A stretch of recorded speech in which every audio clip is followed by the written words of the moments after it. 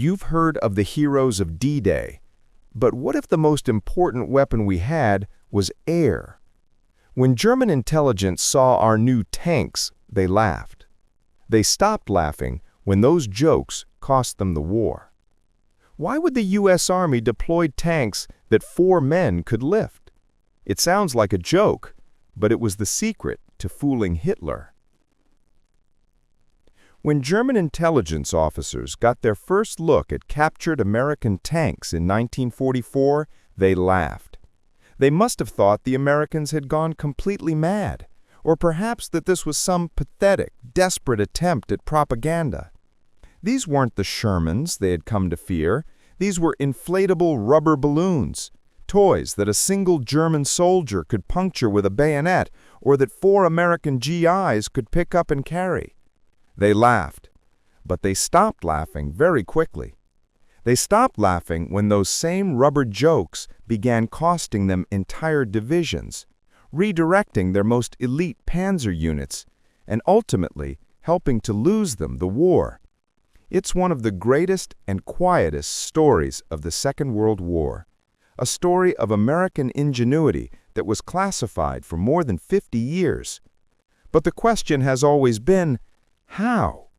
How did this army of artists, actors, and sound engineers fool the most disciplined and feared military machine in modern history?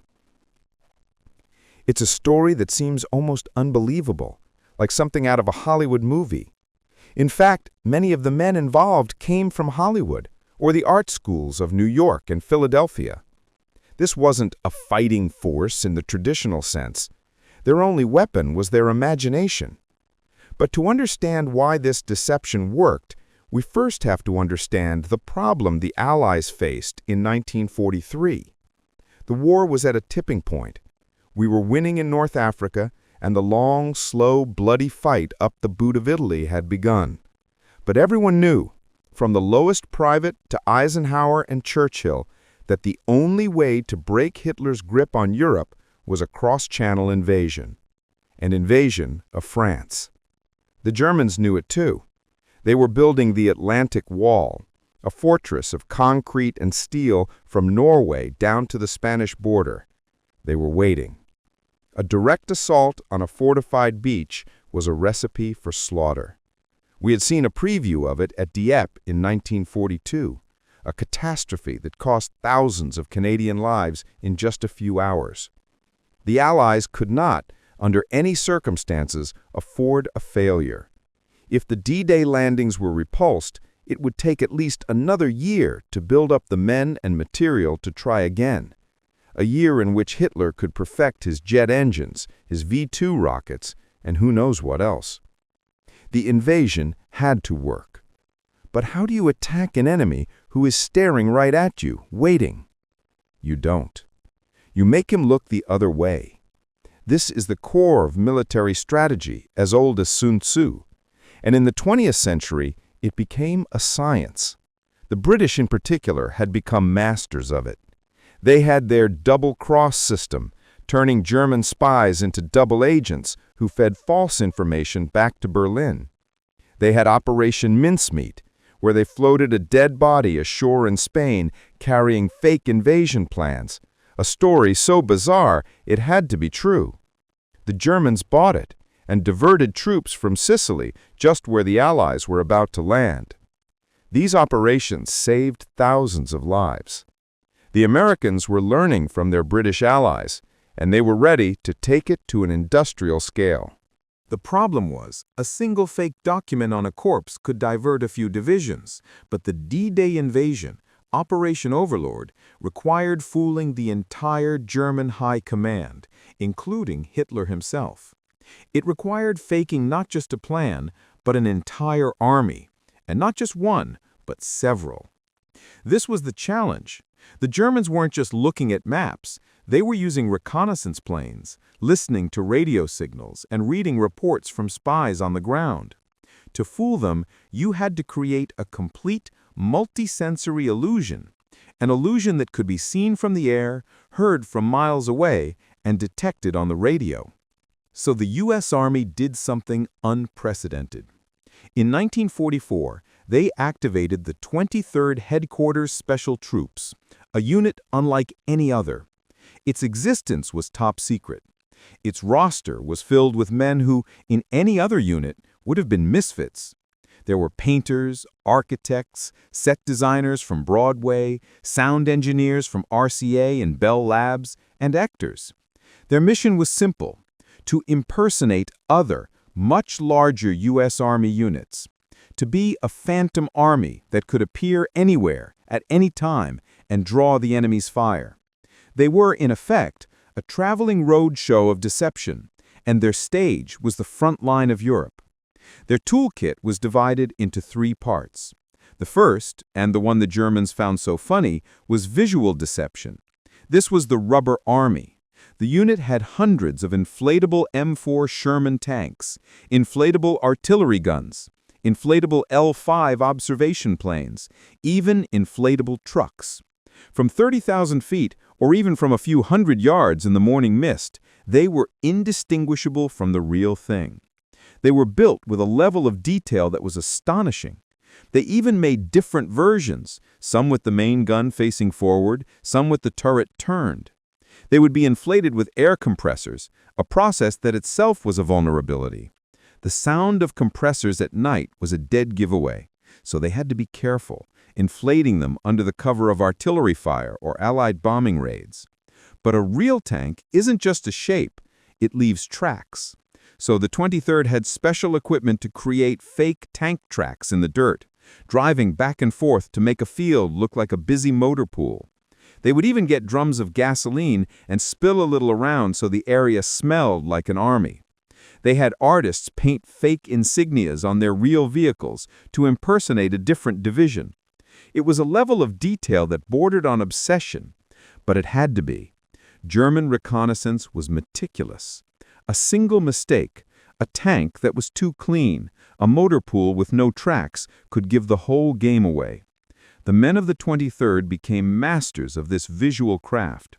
They learned how to make things look slightly wrong in a right way. They'd place a few dummy tanks carelessly, as if a real unit was being sloppy, just to add a touch of human realism. This was the part the Germans laughed at. A captured inflatable tank was a curiosity, a sign of American silliness. But they were only seeing one piece of the puzzle. The laughter would have faded if they'd gotten close enough to hear the second part of the illusion. An army is not quiet. It's a symphony of noise. The rumble of tank engines, the clank of treads, the shouts of men, the grinding of trucks, the hammering of engineers building a bridge. A silent field full of tanks would be the biggest red flag of all. So the 23rd had a sonic warfare component. This was perhaps their most potent weapon. The 3133rd Signal Service Company, attached to the 23rd, was staffed with some of the best sound engineers in the country. They went to Fort Knox and made high-fidelity recordings of every sound an armored division makes. They recorded tanks starting up, tanks idling, tanks moving on dirt, tanks moving on pavement. They recorded groups of men shouting, building bridges, marching, or even just sitting around griping. They edited these sounds onto massive wire recorders, the predecessor to tape, and created an entire library of deception. These recordings were then played on 500-pound speakers mounted on the back of half-tracks. These sound trucks could project these sounds with perfect clarity for up to 15 miles. Imagine you're a German soldier on watch in the dead of night. You hear it, faintly at first, then growing louder. The unmistakable sound of an entire armored column. Hundreds of tanks moving into the woods just across the river from you. You call it in. Your commander calls it in.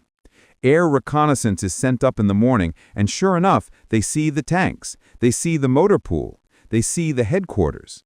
What you don't know is that the tanks are rubber, and the sound is coming from just 2 trucks hidden in a ditch. The 23rd could make 200 men sound like 20,000. They played these symphonies of war with artistic precision. They'd start the column far away, have the sound swell as it approached, and then fade as it passed. They had different tracks for day and night. It was a brilliant, terrifyingly effective illusion. It preyed on the most basic instinct of a soldier. What you hear. If you hear tanks, you believe tanks are there. You don't wait to see them. You prepare for an attack. This alone was a massive drain on German resources. They would shell these phantom positions for hours, wasting thousands of rounds of precious artillery on empty fields and rubber decoys. The Germans weren't laughing at the noise. They were shooting at it. But there was a third, even more subtle layer. In the 1940s, the lifeblood of an army was its radio. Every division, every regiment had a radio net, and every net had operators, men who tapped out Morse code. German intelligence, signals intelligence, was exceptionally good at listening in. They weren't just listening for the content of the messages, they were listening for the style of the operators. In Morse code, the way a man taps the key, his rhythm, the length of his dots and dashes, is as unique as a fingerprint. It was called his fist. German intelligence would track these fists as they moved around the front. They could tell just by the rhythm that Operator Joe from the 9th Division was now in this sector, which meant the 9th Division was in this sector. So how could the Ghost Army possibly fake that? They trained for it. The radio deception unit of the 23rd had operators who were, in essence, electronic mimics. They would study the fist of an operator in a real division, say the 6th Armored. They would learn his exact cadence. Then, when the real 6th Armored was secretly pulled off the line to rest or prepare for an attack elsewhere, the Ghost Army radio team would move in and take their place on the airwaves. They would start transmitting as if they were the 6th Armored. They would send fake messages, dummy traffic, complaints about the K rations, all in the identical fist of the operator the Germans had been tracking. To German intelligence, it looked like the 6th Armored hadn't moved at all. They were still in the same spot. This spoof radio was perhaps the most intellectually demanding part of the deception, and it was devastatingly effective. It glued German divisions in place, staring at a sector that was, in reality, held by only a few hundred men with a radio set. This held entire sections of the front-line stable, allowing real divisions to be concentrated elsewhere for a real attack. Finally, there was the human element, the fourth and final piece of the puzzle. What happened if a French farmer or a local mayor or, heaven forbid, a German spy in civilian clothes got too close? An army needs to be seen in town. Soldiers need to go on leave, get a drink, talk to the locals. A phantom army that never showed its face would be suspicious. So the 23rd had a special effects detachment. This was pure theater. A few GIs from the unit would change their shoulder patches. If they were impersonating the 75th Infantry Division, they'd sew on 75th patches. They'd get in a Jeep and drive into the nearest town. They'd go to the local cafe, order a coffee and talk. They'd talk loudly, loud enough for the bartender and everyone else to hear. They'd complain about their lousy new commander in the 75th or drop hints about the big push they were supposed to make near Aachen next week. They knew that in any town in France there was a grapevine, and they knew the Germans were listening to that grapevine. They would even get military police from the 23rd to put on the 75th's MP armband and direct traffic at a crossroads, just to complete the illusion. This was the final layer, the human touch that made the entire deception believable. It wasn't just rubber, sound, and radio waves. It was flesh and blood, actors playing the greatest role of their lives. So let's put it all together. How did this work in practice?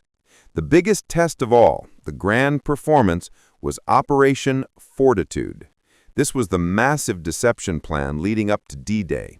The objective was simple: to convince Adolf Hitler that the main Allied invasion of Europe would come at Pas-de-Calais, the narrowest point in the English Channel, and not at Normandy. Hitler and his high command were already predisposed to believe this. Calais was the logical choice. It was the shortest route, closest to Germany, closest to the V-1 rocket sites. Normandy was a longer, more difficult crossing. The Allied plan was to lean into Hitler's prejudice, to feed him exactly the evidence he wanted to see. To do this, they created a Phantom Army Group, the first U.S. Army Group, or FUSOG. This was the Ghost Army's masterpiece. FUSOG was supposedly 1 million men strong, an entire invasion force, and it was to be commanded by the one general the Germans respected and feared more than any other, George S. Patton. Patton, who had brilliantly commanded the 7th Army in Sicily, had been publicly disciplined for slapping a soldier and was currently in England without a command. The Germans knew this. They saw him as the Allies' best brawler, their audacity general. It made perfect sense to them that he would lead the main invasion. So the Allies put Patton in charge of this phantom army.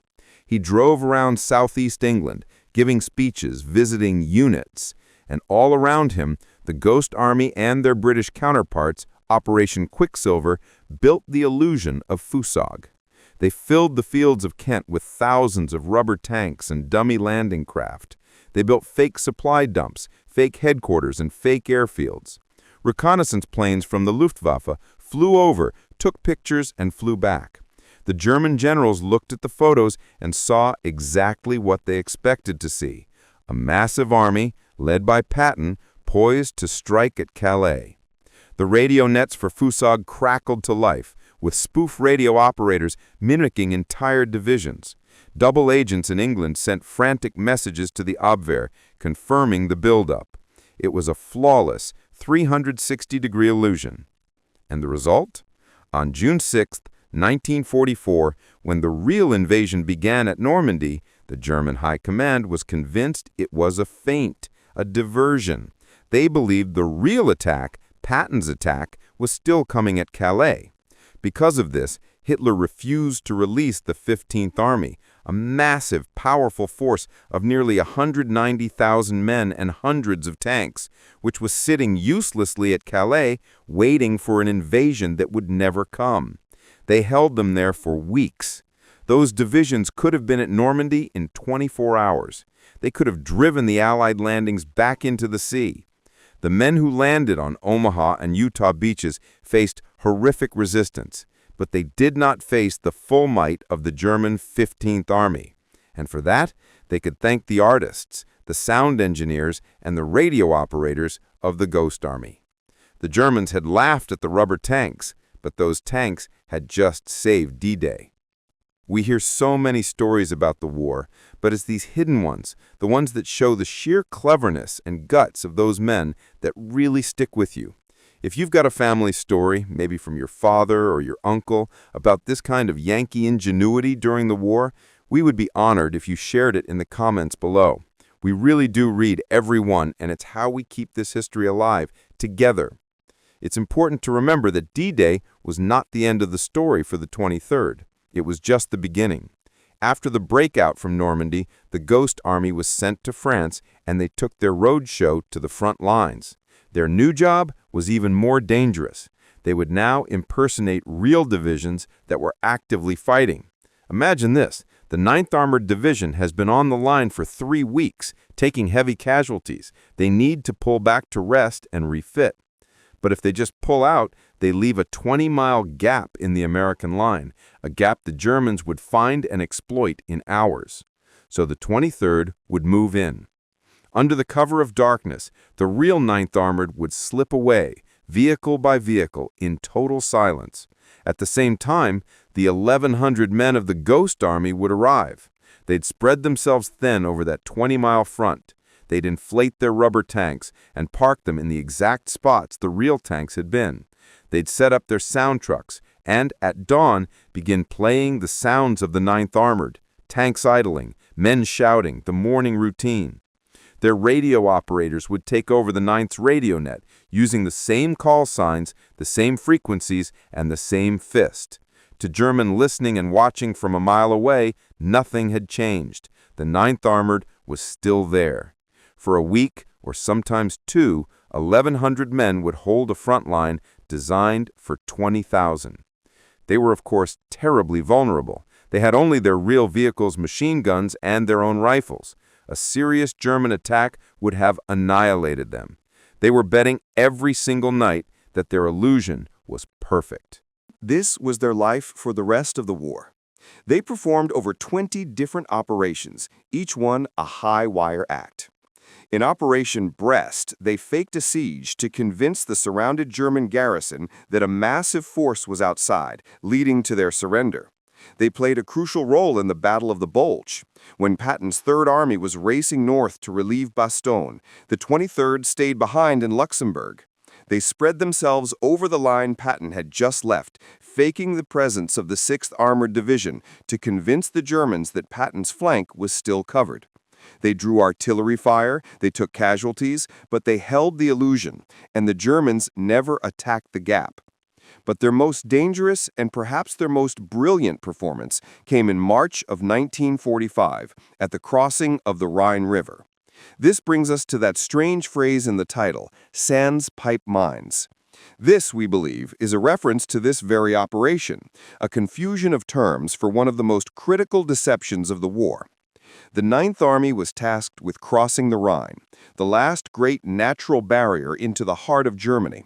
The Germans knew it was coming and had fortified the riverbanks. They were dug in, with artillery zeroed in on every logical crossing point. A direct assault would be a bloodbath. So the Ghost Army was called in for one last show. The real Ninth Army was going to cross at a town called Rheinberg. The 23rd was sent 10 miles south to a different sector near the town of Viersen. Their mission was to convince the Germans that the Ninth Army was crossing there. This was their most audacious plan yet. They arrived at night and immediately began the illusion. They inflated hundreds of tanks and artillery pieces. But this time, they added a new trick. They brought in dummy landing craft, making it look like they were preparing an amphibious assault. Then, the sound trucks kicked in. They didn't just play tank noises. They played the sound of bridge construction, the loud, percussive banging of pile drivers, the shouts of engineer crews, all night long. The Germans on the other side heard it. They were convinced a major bridge was being built right in front of them. But the illusion needed one more piece. The Germans were smart. They knew any river crossing would be preceded by a massive artillery barrage to soften up the defenses. The 23rd didn't have 1,000 real guns, so they used a different kind of pipe. They coordinated with real artillery units miles away and also brought in their own special effects teams who used pyrotechnics, flashes and bangs to simulate muzzle flashes. This is where the idea of pipe mines might have come from. The Germans weren't being fooled by mines, real explosives. They were being fooled by the absence of real defenses and the presence of a phantom army. They were looking for the real pipe mines, the real charges, the real guns, and the Ghost Army was giving them a light show instead. The German response was immediate and violent. They opened up with everything they had. For 2 days, German artillery divisions pounded the 23rd's phantom positions. They fired thousands of shells, trying to destroy the bridge and the artillery they were seeing and hearing. They concentrated their forces at Viersen, desperate to stop this invasion. And then, 10 miles to the north, the real Ninth Army crossed the Rhine at Rheinberg against almost no opposition. The Germans had been completely, totally fooled. The 23rd took casualties. 3 men were killed and dozens wounded in that operation. But it's estimated their deception saved thousands, perhaps tens of thousands of American lives. The Germans weren't laughing now. They were in full retreat, their last line of defense broken, not by force, but by a ghost. So let's go back to that initial moment, that German patrol, standing over a deflated rubber tank, laughing at the sheer absurdity of it. It's an easy image to understand. It was absurd. But the joke was on them. The joke was that this single, silly object was part of a complex, sophisticated, multi-layered illusion that was, in many ways, more powerful than a real tank. Because a real tank can only be in one place at one time. A rubber tank, combined with a sound truck and a radio operator, could be anywhere. It could be a whole division. It could be an entire army group. The Germans weren't fooled because they were stupid. They were fooled because the Ghost Army's creators were brilliant. They understood a fundamental truth. War is fought in the mind as much as it is on the battlefield. You don't have to destroy an enemy division if you can convince it to be in the wrong place. You don't have to fight for a bridge if you can make the enemy defend a phantom one. The men of the 23rd were a special breed. Many of them, like the artist Ellsworth Kelly or the future fashion designer Bill Blass, were men who might have seemed ill-suited for war. They were sensitive, creative, intellectual. But the Army, in a rare moment of brilliance, understood that those very qualities were exactly what was needed for this new kind of warfare. They weren't just soldiers, they were illusionists. And their success raises a fascinating question. What is courage? Is it just the man with the rifle charging a machine gun nest? Or is it also the man sitting in a Jeep with a fake shoulder patch, driving into an enemy-held town to order a coffee, knowing that if his bluff is called, he is a dead man?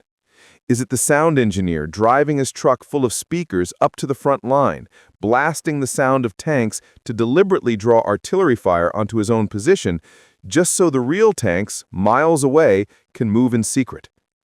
The courage of the 23rd was the courage of the con artist, the magician, the poker player. It was a cold, intellectual bravery that relied on nerve and creativity. And yet, through all their success, their story was almost lost to history. Why? Because when the war ended, the Ghost Army was disbanded, and its records were stamped top secret. The men were sworn to silence. They went home, back to their art studios, their advertising agencies, their sound booths, and they never spoke of what they did. They couldn't. For 50 years, their operations, their tactics, their very existence remained one of the U.S. Army's most closely guarded secrets. The methods were considered so successful, so valuable, that the military wanted to keep them in their back pocket for a potential future war, perhaps against the Soviet Union. So the men lived their lives. Bill Blass built a fashion empire. Ellsworth Kelly became one of the 20th century's most celebrated painters. Others became successful architects and designers, and they never told their story. Their children and grandchildren never knew what they did. They were just in the Army. It wasn't until the 1990s, when the records were finally declassified, that the story began to trickle out. Historians and documentary filmmakers began to piece together the puzzle. The surviving veterans, then in their 70s and 80s, were finally able to talk. And what emerged was this incredible tale of an 1,100-man unit that, by conservative estimates, had saved the lives of over 30,000 American soldiers. It's a staggering number, a number bought not with bullets, but with brains, not with steel, but with rubber and sound and nerve. The recognition was slow in coming, as it often is for heroes whose work was done in the shadows, but it did come. In 2022, nearly 80 years after D-Day, the men of the 23rd Headquarters Special Troops were finally awarded the Congressional Gold Medal, the highest honor Congress can bestow. By then, only a handful of them were still alive to see it. It's a fitting end to their story. The men who had been laughed at were now being honored as national heroes. The story of the Ghost Army is more than just a clever wartime anecdote. It's a profound lesson in the power of creative thinking. It's a reminder that ingenuity can be more powerful than brute force. The Germans had some of the best tanks in the world, the Tiger, the Panther. They were engineering marvels, but they were beaten, in part, by men with rubber tanks and loudspeakers, because the Americans, in this case, weren't just fighting a war of machines. They were fighting a war of perception. They understood that the German commanders were human. They had biases, they had fears, and they had expectations. And if you could control what a man expects to see, you could control his actions. The Germans laughed at the gear because they were looking at the object. They saw a flimsy, powerless balloon. They failed to see the idea, and the idea was what mattered. The idea of a tank, the idea of an army, the idea of Patton at Calais. That idea, that phantom, was what held the 15th Army in place. That idea was what drew German artillery fire at the Rhine. The pipe mines the Germans were so desperate to find and destroy at Viersen weren't real. They were just sounds in the night, flashes of light. The Americans weren't trying to blow a hole in the German line with explosives, they were trying to blow a hole in their logic, and they succeeded. This story has a particular resonance for us today, I think. We live in an age of overwhelming information, of digital fakes and sophisticated illusions. We're constantly trying to figure out what's real and what isn't. The Ghost Army reminds us that this information warfare is not new. It's just that the tools have changed. Back then, it was rubber and sound recorders. Today, it's pixels and algorithms. But the principle is the same. The side that controls the story, the side that controls what the other believes to be true, has a powerful advantage. The men of the 23rd were the pioneers of this. They were the original masters of fake news, but they used it for a noble cause, to end a terrible war, and to bring as many of their brothers in arms home as possible. They proved that sometimes the most effective way to fight an enemy is to get inside his head. So yes, the Germans laughed. But in the end, the artists, the actors, and the engineers of the Ghost Army had the last laugh. The legacy of these men is a powerful one. It teaches us that courage comes in many forms, and that the quiet, creative mind can be just as vital to victory as the strong arm. It's a story that was almost erased by its own secrecy, but one that deserves to be told and retold. It's a perfect example of that American spirit, that can-do attitude, that Yankee ingenuity that believes no problem is unsolvable. If the problem is a fortified beach, you don't just charge it. You build a ghost. You hire a magician. You make the enemy look the other way. That's the story of the 23rd Headquarters Special Troops, the joke that became a war-winning weapon. The story of the Ghost Army is one we're proud to tell. If you believe these stories of American ingenuity need to be remembered, the simplest way to support that is by sharing this video with a friend or family member who would appreciate it. It truly helps keep this history alive. We've actually covered the real-life non-deception missions of General Patton in another video, which you should see recommended on your screen right now. Thank you for spending your time with us today. We appreciate it.